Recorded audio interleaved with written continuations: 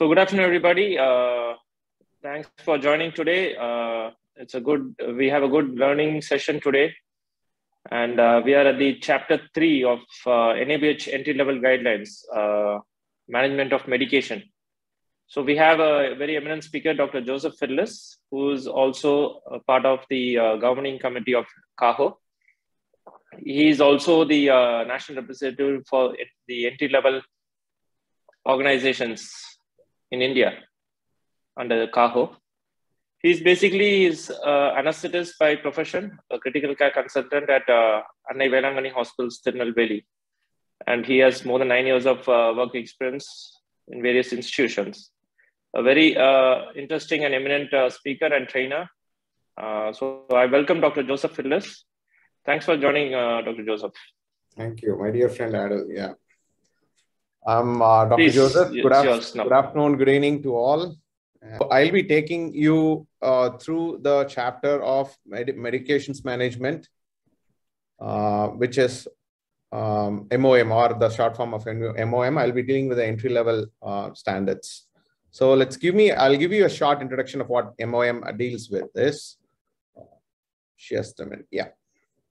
So pharmacy services, how the hospital has to maintain its standards on bringing in the medications, how to store it, how to prescribe medications, how to disperse, how to administer, how to manage all the adverse drug events or near misses or adverse drug reactions, and how to handle radioactive drugs. These are the standards that we will be looking after in the next 45 minutes to 1 hour. So NABH management of medication aims at organization has a safe and organized medication process, storage, prescription, dispensing, and administration. Organization should have a mechanism to ensure that emergency medications are standardized throughout the organization, readily available and replenished in timely manner. There should be a mechanism for safe use of high-risk medications, patient safety monitoring of patients after medication administration, and analyzing for any adverse drug events. Now, I just want to tell you the importance of the second point here. Standardization of emergency medications. Like, for example, adrenaline is a very standard drug. It's an emergency drug that has to be always readily available in the organization. So like this, the emergency drug has to be standardized throughout the organization, and it also has to be replenished in a timely manner. So MOM 1 standard says that documented procedure and guides the organization of pharmacy services usage of medications.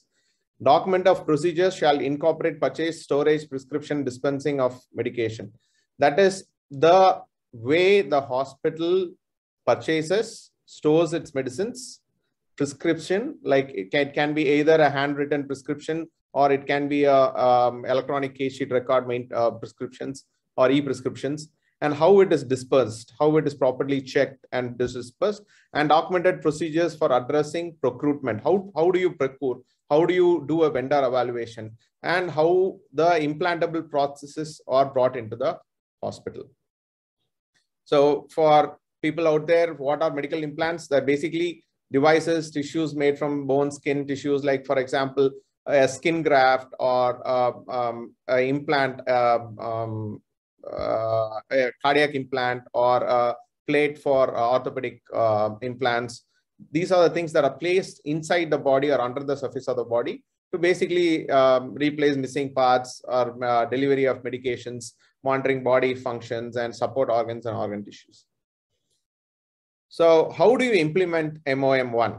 So order is placed with the vendors through defined process that the vendors are evaluated and the PO is right. That's a purchase order is right. And the store's personnel, there's a person in the stores who receives the items and checks it in a proper way according to the billing and the PO and stores it. Okay. Implant is usually selected by the consultant who's treating the patient, and the implant has to be got by the proper place where they have good manufacturing process practices, that is the GMP.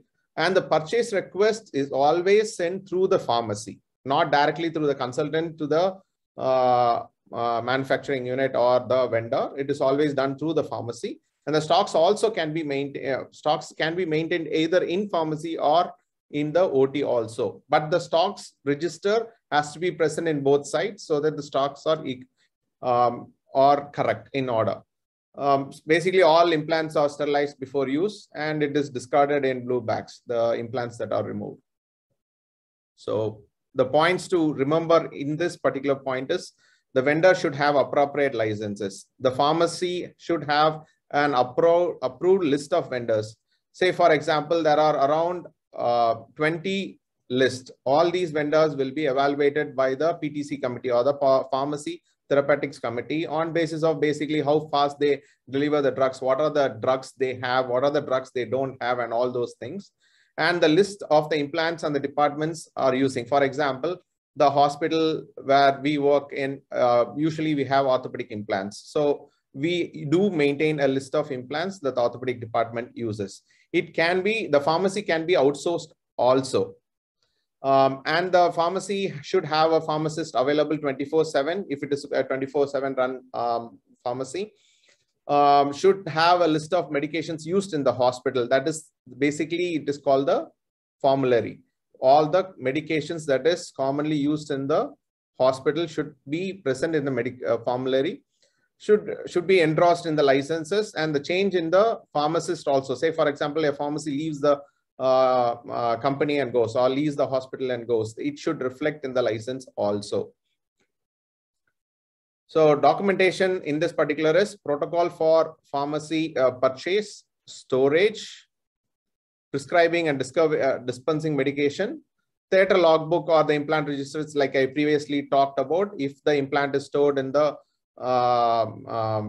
theater itself, they should also have an implant register. If an implant is used, usually the implant will contain a code that has to be pasted in the case sheet of the patient, in the discharge summary, in the implant register also, so that you can track the implant. So MOM2 is documented procedure to guide the storage of medications. Documented policies and procedures exist for storage of medications. Medications are stored in clean, safe environment and incorporate manufacturer recommendations. Sound-alike and look-alike medications are stored separately. Beyond expiry, medications are not stored and used. List of emergency medications are defined, stored, and available at all time. The MOM2E is very, very important, because you cannot say that adrenaline, which is a very critical part of treating a patient, and especially in dire situations, is very, very essential. You can't say that it is not available. It must be available. It's one of the most important things that I like to highlight here. And basically the storage room, like discard of empty and unused cartons, it has to be clean, pest-free, proper rodent-free rodent-free control has to be done. There should not be improper stacking of cardboards. You have to maintain records of pest control also. Medicines should not be placed on the floors. It should be always 1 feet above from the floor. The racks used for storage should have at least 6 inches of gap from the ceiling. And it is better to store the plastic or the reusable items on the top floor, not something that can fall down and break. It's not recommended to store on the top levels. Ladders are used for accessing high-end cupboards, and availability of adequate smoke detectors and alarms, CCTV monitoring, and restricted entry. So how do you implement this? Clean and well-ventilated storage room. Air-conditioned pharmacy, the temperature to be maintained is 24 degrees Celsius. Monitoring of room temperature and humidity of the pharmacy is essential. Store appropriate medications in refrigeration as per the instructions given in the medications. Do not store refrigerate food with the medications. Do not store anything inside the medication cabinet or the refrigerator along with the medicines. Vaccines has to be made, the cold chain of vaccines has to be maintained. For example, the vaccination is ordered by the doctor, and the doctor of OP, you have to carry the vaccines. The vaccine has to be, the cold chain of the vaccine has to be maintained when the vaccine is being transported. Keeping the vaccines should be in the inner rack. The very simple concept of why we keep the vaccines in the inner rack is whenever we open the door and close the door, there is a huge difference of temperature. So the vaccines are not kept on the racks or on the door of the refrigerator. It is kept inside the chiller. And storage of medication should be in alphabetical order. Either it can be based on brand name or generic name. Store of LASA, that is look-alike and sound-alike medications, are stored separately. I mean, I'll show you an example in the next slide. You have to maintain a standardized list of LASA drugs, that is look-alike, sound-alike medications, to the staffs have to know. And you can basically give a hint on the look-alike, sound-alike medications by just giving them a sticker on it, basically. And you have to recheck every month end the drugs physical stocks. And if there are any expired medications, it has to be either discarded or returned to a supplier. And there should be a prevention of expiry of medications. Expiry date should be checked before dispensing medications. And this LASA has to be standardized, and all the staff in the hospital has to be trained about this particular LASA drugs. So this is a very typical example of look-alike, sound-alike medication, ceftazidime and cefepime. So they have put stickers on both the vials saying that they are look-alike, sound-alike medications. It gives a visual check saying that you have to check carefully along with the prescription that is given by the doctor, and then you have to dispense the medication. So this is how look-alike and sound-alike medications, and they also have to be stored in completely different separated zones and areas. So expiry drugs should never be administered to patients. It has to be either destroyed or it can be returned to the stockist within 3 months of prior to the expiry. In Tamil Nadu, usually we return to the stockist within 3 months of expiry. Or sometimes what it is done is, say for example, a crash cart which is present in a ward contains an noradrenaline ampule that is getting expired within 3 months. It can be rotated to the ICU where it is frequently used. So the drug is used, and new long expiry drug is replenished in the crash cart in the ward. So that also can be done when you're dealing with near expiry drugs. If certain drugs cannot be used, it is better that you send it back to the stockist within 3 months period. So there is always a problem of cut strips when it comes to dispensing medication. Say for example, the patient will come and tell you, so we just need 10 tablets or 5 tablets is enough. I'll get it later. So when you do a cut strip, it is better to ensure the visibility of batch number and expiry date. Otherwise, place those cut strips in small covers with writing a batch return name, expiry date, and batch number of the cover. But it is always on the good practice to give full strips to the patients. So coming to a crash cart. Crash carts basically are essential emergency drugs that is present throughout the hospital wherever patients are being treated. There should be an emergency medication list that is standardized throughout the hospital, and it has to be laminated, and the list of medications should be placed on the crash cart itself. The medications, say for example, the crash cart is not sealed. It can, certain hospitals don't have open crash carts. So those crash carts, you have to check it every day that the standardized medications are available. In case the crash cart is sealed, only they are opened only in case of very dire emergencies. Checking of medications can be done after each use. So documenting this is basically daily room temperature of the pharmacy has to be maintained. That is, you have a register, you just write it afternoon, morning, afternoon, and evening, where we write it down. The temperature is this. And the temperature refrigerator, we also have a register where we write every shift writes the temperature that is being maintained inside the refrigerator. And usually every month there is an audit going throughout the pharmacy, checking all the drugs for expiry. Nowadays we have EMRs that are extremely good, which alerts us that these are the drugs that are pending 3 months of expiry, or the levels that we have set it. Regular inventory audits is requirement of pharmacy, because there can be variations between the billing system and the physical inventories also. it has to be done at least every month end, and the audits reports has to be submitted to the Pharmacy Therapeutics Committee. So coming to MOM 3 is a documented procedure guide prescription of medication. The organization determines who can write orders. Orders are written in uniform locations in the medical records. Medication orders are clear, legible, dated, and signed. The organization defines a list of high-risk medications and process to prescribe them.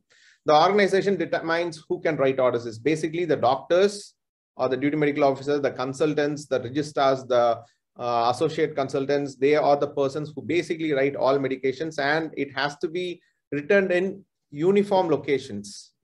That is, for example, you have a drug chart. It is better to write it in the drug chart to avoid all transcription errors. It is better to write it in capital letters. It has to be clear, legible, dated, and signed. And how the way of giving the drug also should be mentioned in the drug order sheet. And there are a list of high-risk medications, and also the organization should define who should or who can prescribe these kinds of medications. So how do you implement this? You in outpatient, you have a prescription form. The consultant should write the medical registration number should be present. Even if it is going to be a medical officer, his medical registration number should be written. Repeat prescription, a fresh forms is always mandatory. You have to write and sign on the repeat prescriptions also. Otherwise, it becomes invalid. The same principles are followed in electronic orders. Electronic orders, we have all these unique signs where it is where you have to put a key in your ID. Your ID is always tagged with your registration number, and that's how it does. It takes over the electronic orders. Inpatient orders is, like I told you, it is better to have a drug chart where everyone writes the drug orders in there and countersigns them.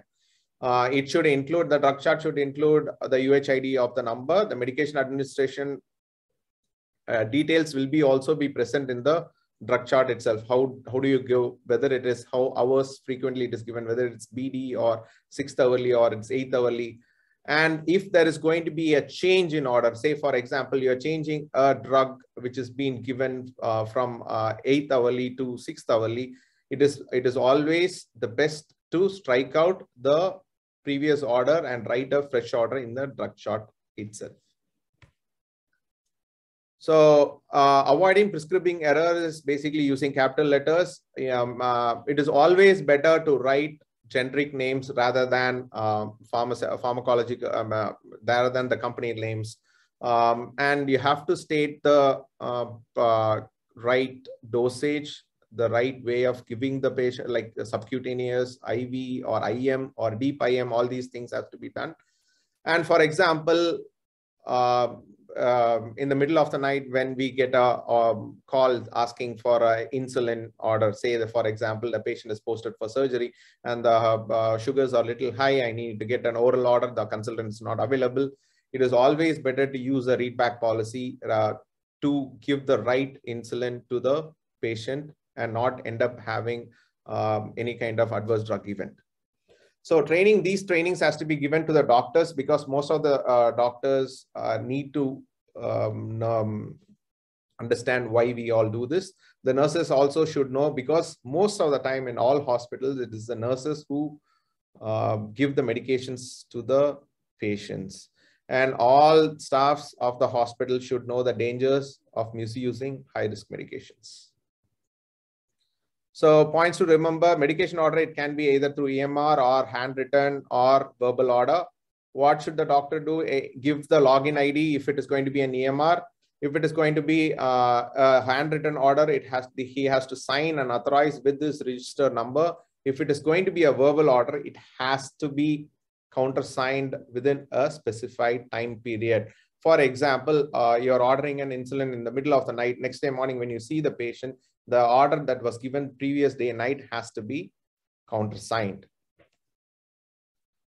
Documentation is basically the policy on the approved list of drugs that can be ordered verbally should be written. For example, insulin can be verbally ordered. Pain medication, certain pain medications such as paracetamol, can be ordered verbally. These are the few medications that can be ordered verbally. In case of dire emergency situations where there is patient is going for an hypoglycemic attack, 25% dextrose is being given, you can order, obviously you can order them verbally, but these things has to be countersigned as soon as you go and review the patient.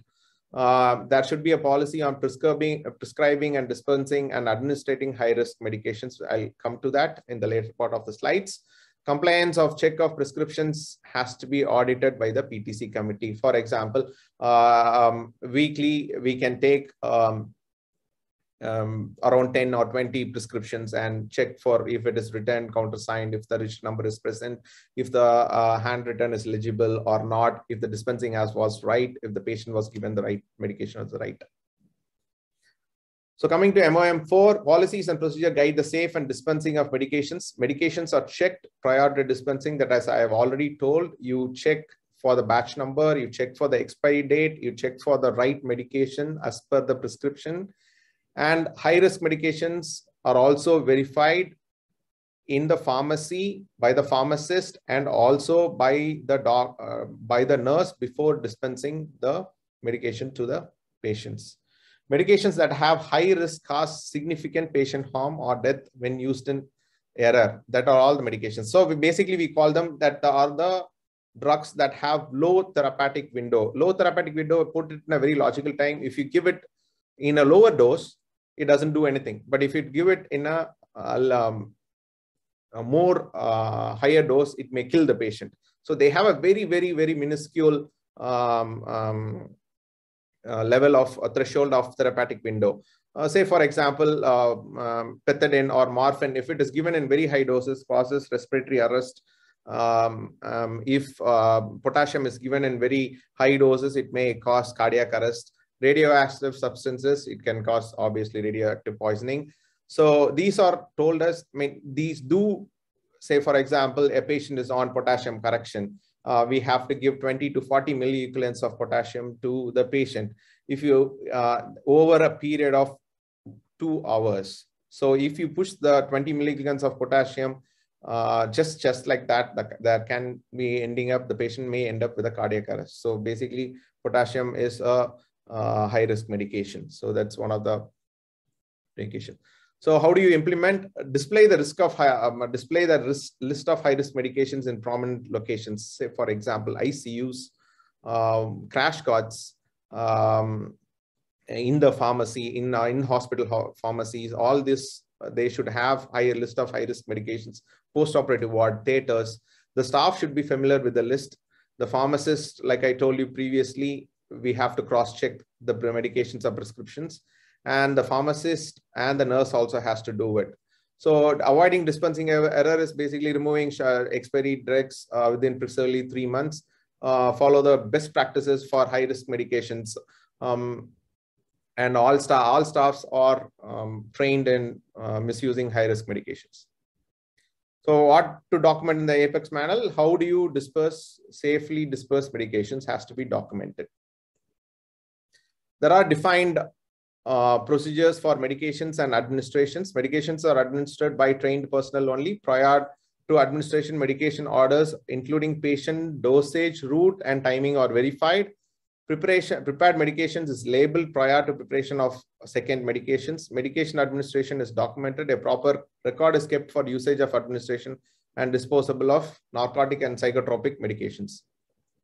Now, how do you implement this? The doctors usually prescribe the narcotics. Coming back to the previous slide, trained personnel are basically the staff nurses who are registered nurses are only allowed to give medications to patients in Tamil Nadu. The staff nurse has to look into the medication order as per the drug order sheet, the dosage, and the route and the timing. Say, for example, an antibiotic is given 6th hourly, the nursing staff has to make sure the antibiotic goes to the patient at the right time. If it misses, then it is a medication error.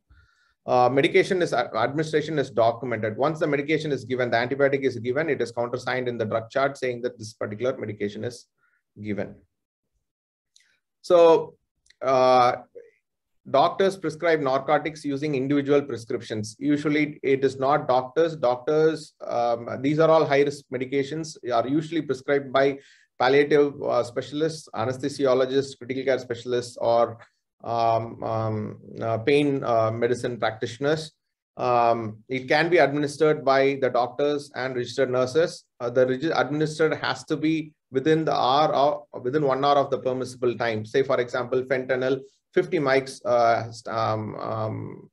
stat is given to a patient for pain. It has to be done immediately. It is considered at the actual time, not the planned time. So to avoid errors is basically the patient information has to be checked. The 5 rights of medication administration, double check high-risk medications when loading. The labeling of medication has to be done immediately after preparation of the medications, because both of them once diluted will look the same. So without labeling, say for example, you have diluted fentanyl. The next drug that you are going to dilute is going to be pantoprazole. If you keep both the syringes together, both will look alike. So it is always advised that we label the medications that is prepared previously and then go ahead and preparing the next medication. If, for example, you have loaded a syringe of distilled water which is not labeled, and for example, I'm coming and having a look and telling to give a drug, and if I think that if I see the syringe that is loaded, even though it is distilled water, I will not use it, or we should not use it in giving the patient this, because we do not know what the drug may be. There may be a drug in it, there may not be a drug in it. So it is always you label the drug before preparation of the next medications. So narcotic drugs and psychotropic drugs, you have to get a license, for appropriate license from the drug authority for handling the drugs. Each license, like morphine, fentanyl, all these psychotropic medications has to be drug. The medications has to be kept in a secure location. It is not mandated that you should have 2 lock and keys. It has to be in a secure location, which is accessible at the right time. And you have to have an accountable person who is accountable for the storage of medications and persons who are prescribing the medications. Like, for example, the anesthetist of the hospital only can prescribe fentanyl in this institute. So that says that he is accountable for all the fentanyl that is present. And you have to be maintaining records. The records maintained are usually contains the UHID, the amount of drug that is given to the particular patient, the ampule, the batch number of the ampule that was used, and the ampule is returned back for reconciliation. And it has to tally it with the main register. Say there is a central bank where you have, say, 100 vials of fentanyl, and 100 vials of fentanyl are given around the hospital. Like in the ICU, they have 20 ampules. In post-operative ward, they have 10 ampules. In the theaters, they have another 20 ampules. These has to tally with the main register. That is the central where you store it securely. And whenever the ampules are, whenever there is a empty vial, it has to be returned back to the central store for reconciliation. Now, you have to say, for example, we have given a patient 20 mics of fentanyl, and there is a remaining 80 mics of fentanyl that is remaining. It has to be discarded in front of a witness, so that to avoid misuse by anyone else. So certified medication trainings provide appropriate correct labeling of medications, and practice should be audited periodically. Documentation policy on self-medication is must. That is, self-medication is basically there will be patients who are getting admitted in our hospitals who will be taking some medications on their own. So you should write a policy. How do you handle them? Like, for example, we can tell them, like, you have to give your list of medications which can be added along with it in the drug chart, so that the doctor who's treating the patient can also look into if there is any cross interactions or there is a overdosage of medications, or some medications has to be stopped. And there should be a policy and usage of narcotics, compliance check of medications, orders, and administration records. Registers is name of the patient. Basically, that comes for the narcotics medications. Like I told you, which patient has got how many ampules or how many micrograms of narcotics or milligrams of narcotics with their UHID, and how much has been discarded. The name of the doctor who has prescribed the medications and the nurse who has administered as also should countersign the register. So coming to adverse drug events. Adverse drug events are basically any events that are caused by giving a drug to a patient. It can be either a small rash or it can be a huge sentinel event. I'll get it to you in detail in the coming slides. These should be documented, reported within a time frame, and it has to be checked at, the analysis has to be done and preventive measures has to be taken. Now, what is an ADE or adverse drug event? Adverse drug event is basically a harm resulting from a medical intervention related to a drug. It can be any drug. For example, if you have given a wrong drug that is lead to a adverse drug event, it is an ADE. If it is going to be a right drug, but it causes an allergic reaction, again it comes under ADE. If you are giving a drug with an overdose, for example, morphine 5 mg stat was given as morphine 10 mg stat. Now it goes as an overdose. That is also a adverse drug event. It basically accounts for estimated 1 in 3 of all hospital adverse events, affect about 2 million hospital stays each other, prolong hospital stays by 1.7 to 4.6 days when it comes to an adverse drug event. Now, what is an adverse drug reaction? An adverse drug reaction is basically you have given the right dosage, the right medication to the right patient, but somehow he has got a reaction to it. Like, for example, you have the patient, you have given a patient a paracetamol. A paracetamol ends up having some kind of allergic reaction to the patient. So this becomes an adverse drug reaction. Adverse drug reaction is a part of adverse drug event, but not vice versa. Adverse drug ADE is not a part of ADR. So coming to medication errors or the mistakes that occur during prescribing, transcribing, dispensing, administrating, adherence, and monitoring a drug. So now prescription is an S can be transfixed with an F, or that is a miscommunication. Transcribing is basically when you give an oral order, they don't have a readback policy and we end up giving the wrong dosage.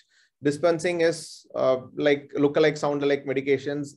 The wrong drug is given because of that problem. Administrating is because basically when we are not checking the drug before administering the drug. And you have to monitor the drug during, especially when you are giving a chemotherapy drug. If it is not monitored, it is also a medication error.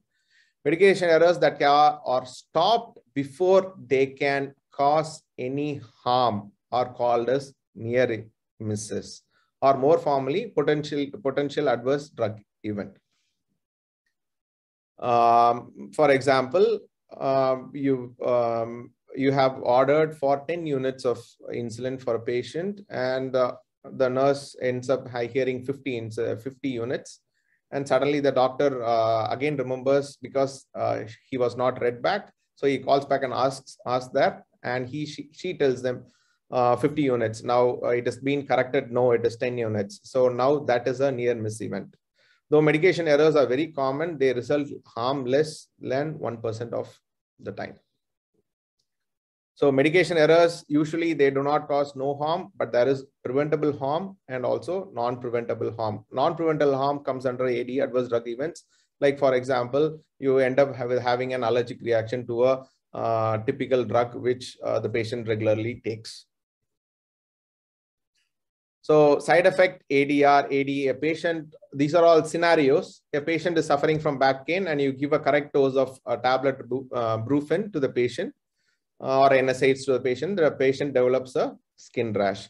Now, near miss, I've already told you, the doctor writes an orders for 5 units of insulin. The nurse loads 50 units. The senior nurse notices it and stops the administration. Medication error, antibiotic order is missed by the nurse in the morning. Administered after 2 hours of 2 hours in between. The reason why antibiotics is here is antibiotics, we need to maintain a plasma concentration. Otherwise, the antibiotics usually loses its power, potency against the bacteria it's fighting.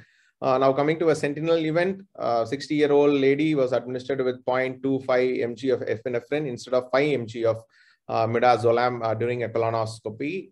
She started to complain of chest tightness because she was given a shot of adrenaline. Difficulty breathing. Now this is a sentinel event because the patient could have done a colonoscopy and could have gone home the very same day, but the patient had to stay. We have to do an echocardiogram, look into her heart. Her breathing has to become normal. So the procedure was postponed for several days. So medication errors are preventable, where ADRs are non-preventable. ADRs is adverse drug reactions. They are not preventable. However, by pharmacovigilance, you have to document everything and you have to minimize them, work towards minimizing the adverse drug events and the reactions. So how do you implement MOM6 is basically by identifying adverse drug events, analyzing and monitoring adverse drug events, taking corrective and preventive action, using reporting. You use a standardized structure. Usually it is 24 hours. The adverse drug event is reported to the pharmacy therapeutics committee and it is looked into it. So documentation is basically how do you report, the Apex manual should contain how do you report an ADE. Now coming to the last MOM, documented policies and procedures for governing and usage of radioactive drugs. Documented policies and procedures govern usage of radioactive drugs. Policies and procedures including safe storage, preparations, distribution, and disposal of radioactive drugs. Radioactive medications pose a safety risk. These medications require special processes, safe storage, preparation, and handling. Usually it is done by the chemotherapy specialist, and it is done through in a biohazard containing, where the drug is loaded in a biohazard cabinet and it is used immediately. The drug is done there and it's immediately used. And once it is used, the drug is discarded in a radioactive sealed covers through biomedical waste management. Use radioactive medications, AERB guidelines, documentation on usage of radioactive medications, qualification of staff dealing with radioactive materials, and BMW management has to be done. You have to display the license when you are using radioactive substances like PET scans. And you should have a specialized radioactive safety officer, and you have to regularly submit reports, and you have to ensure radiation there is low radiation exposure. Like for example, having delay tanks where the patients are the separate toilets, and radiation safety education has to be given to all the staffs who are working in the same environment. Radioactive medication should contain, like all drugs, has to be written as a receipt, identification, labeling, storage, control, distribution, and disposal. So this comes to the end of it. So I would like to take some questions. Thank you, Dr. Joseph. That was a simple but elaborate explanation of the third chapter of NABH entry-level guidelines. I am sure that the participants have benefited out of it. How should a medication administration for OPD prescription be documented? Medication administration for OPD prescription is basically you prescribe and give it to the patient itself. And the prescription should contain the doctor's registration number. It should contain the patient for why the drug is being given. For example, the patient has a bacterial infection. So you have to write the patient has a pneumonia, bacterial pneumonia, patient is being given tablet, so and so and so. And it should contain the registration number of the patient also, registration number of the doctor and the UHID of the patient who is coming for the treatment also. Yes, some hospitals do have a method of taking a copy of the same thing and keeping it, filing it for themselves also. Some of them don't. They just give it to the patient and they go and buy it in the pharmacy. Okay. And there's a question from Dr. Arun Pandian. If administered medications are not documented, what kind of error is it? If it's a medication error. It is a medication error. If administered medication is not documented, it's a medication error. It has to be documented.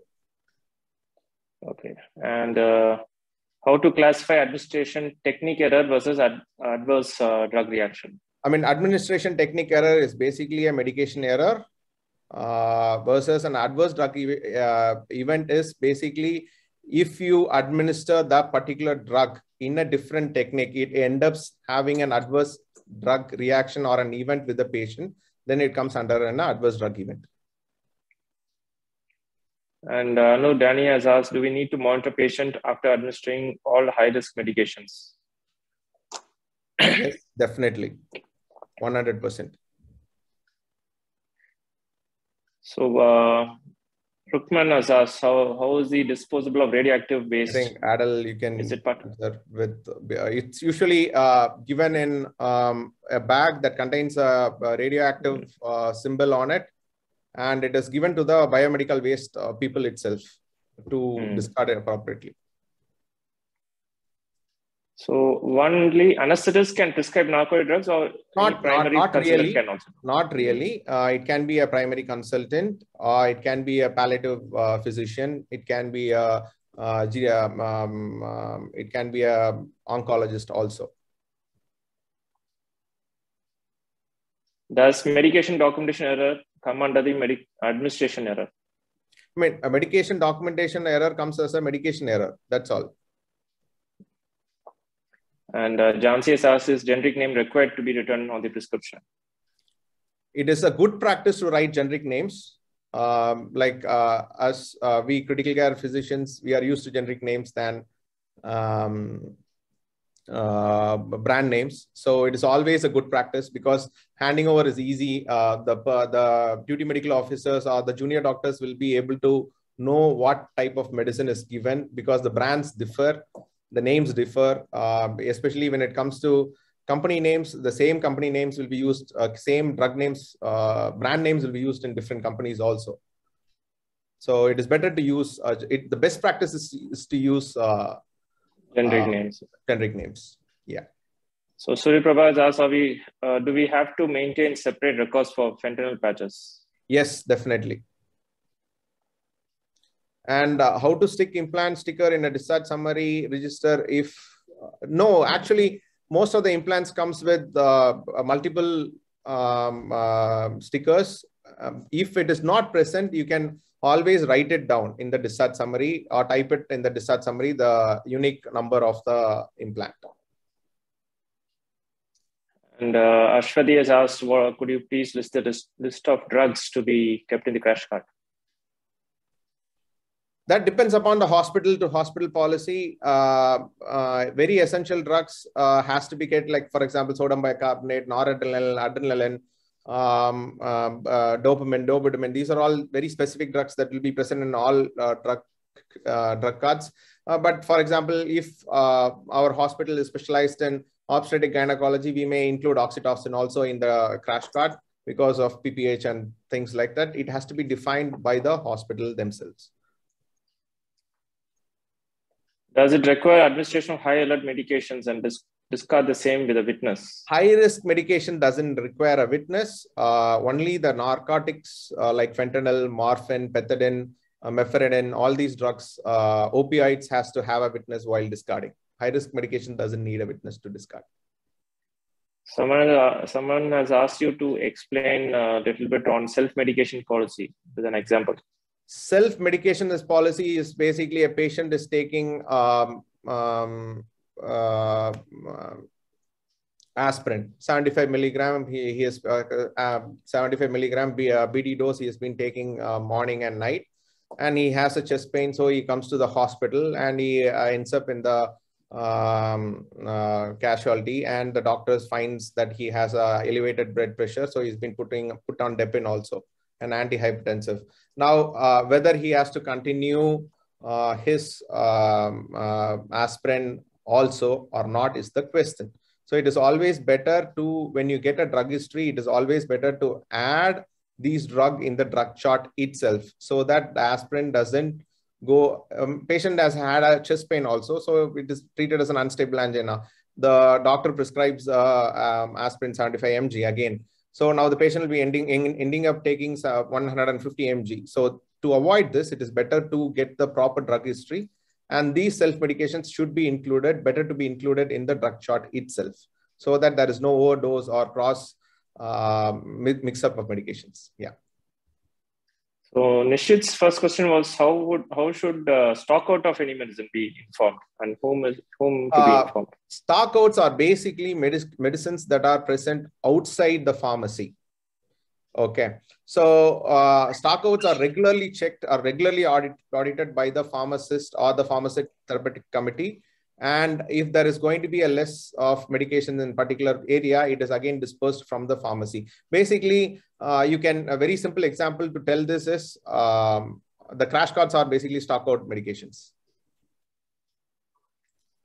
Can an MBBS doctor? No. Yeah, prescribe, no. No.